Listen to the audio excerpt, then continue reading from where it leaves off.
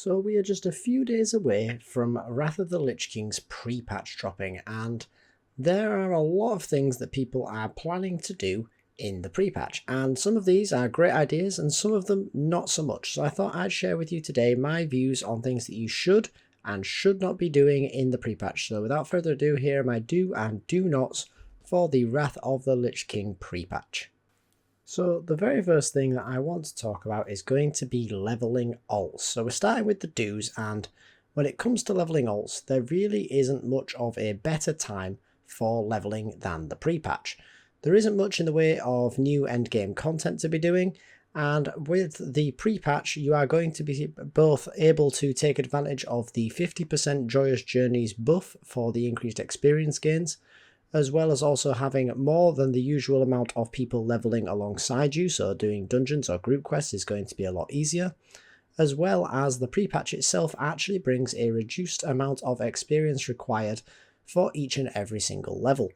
meaning that there has never been a better time in the classic expansions than right now for leveling.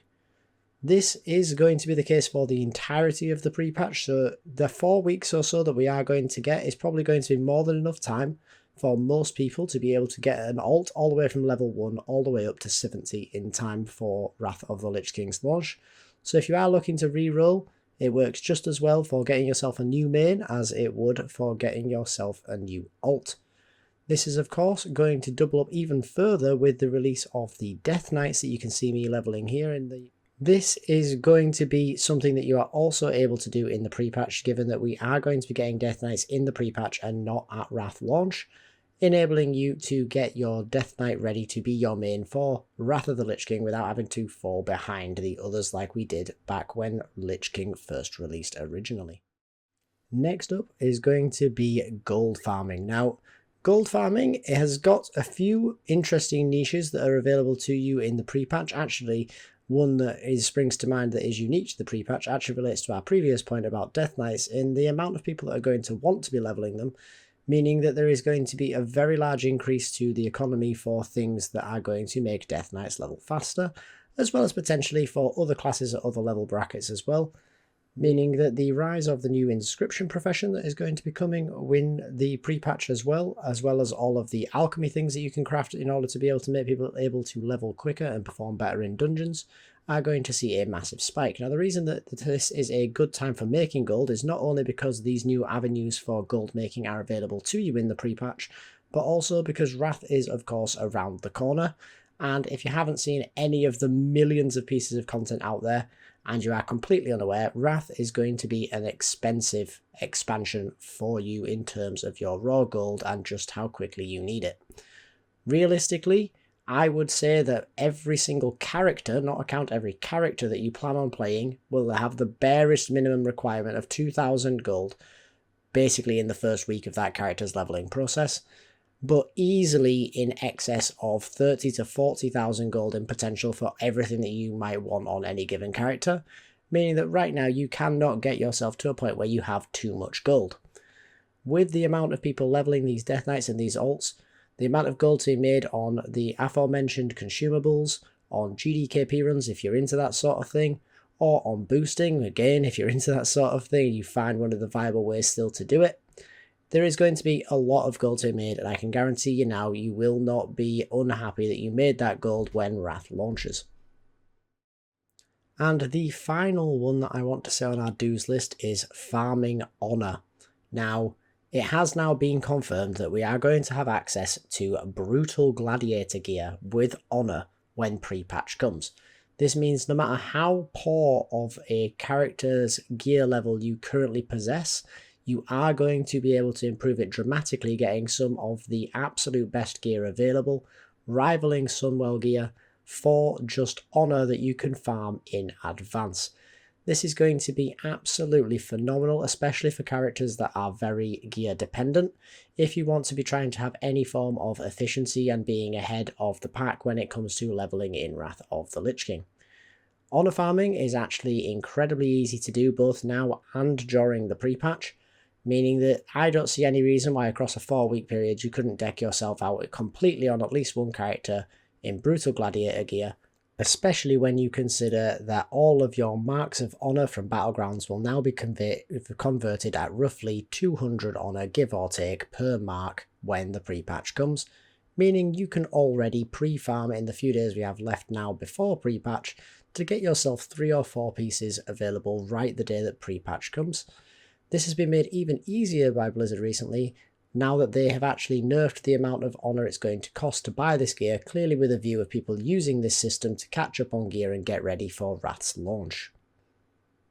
Now that the good is out of the way, let's talk about the bad and the things that you don't want to be doing during the pre-patch. Now, just to be clear, the things that I'm going to mention here, if you have fun doing them, by all means keep doing them. I'm talking purely from the perspective of being efficient, and the first one that we're going to talk about is farming badges. Now,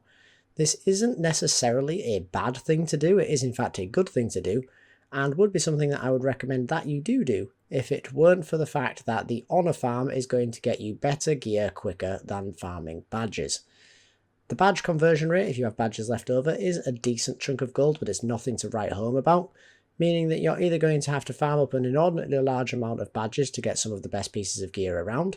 or you're going to find yourself just doing this for the sake of getting the badges because you like the content that gives them. You are not going to get enough badges quickly enough to warrant the difference in the gear standards between badge gear and the PvP gear, especially given that for a lot of classes and specs the PvP gear is going to be substantially better than anything you're going to be able to get with badges, meaning that if you find yourself wanting to gear up a character, you would be better off in all circumstances just going into Battlegrounds and brainlessly farming them endlessly to get your gear. Now lastly, I have a very contentious point for you here, or at least I feel that a lot of people will take it as such, but in truth, the logic is fairly undeniable when I say that you should not now spend pre-patch getting yourself prepared for any form of race to the realm first for any given aspect of thing that you would want to race for, be that professions, which I've heard is the most common one people are looking to do because they think it's the most achievable, getting yourself to the realm first 80 on your realm, be it as a particular class or just in general, or any other realm first that you are looking to do. Simply because there are so many better uses of your time in pre-patch for the time that you have available than doing this, given that you will ultimately fail if we have got to this point and you're just now looking at doing your preparation. This is because there are countless people on your realm that you are competing with who will have started their preparation months and months ago.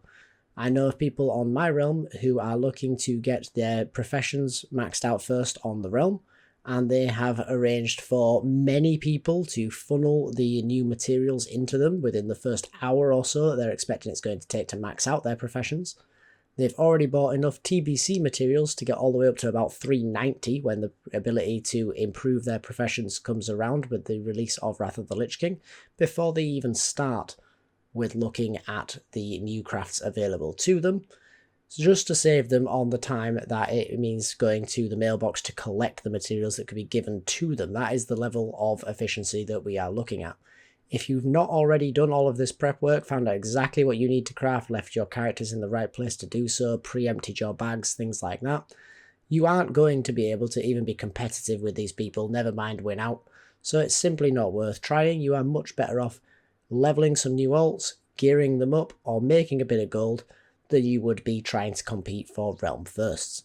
That is of course just my opinion. If it's something that you're going to think is a lot of fun to do, then by all means go for it. But from an efficiency standpoint, if you weren't already ready before you watch this video, you have unfortunately left it a little bit late in my opinion for competing for any form of realm first.